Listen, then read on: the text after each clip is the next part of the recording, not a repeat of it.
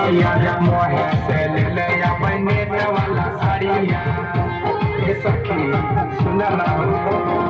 बंगल में पियावा चला बो है गरिया मोहे से ले ले अपने वाला साड़िया सखी हाथे लिया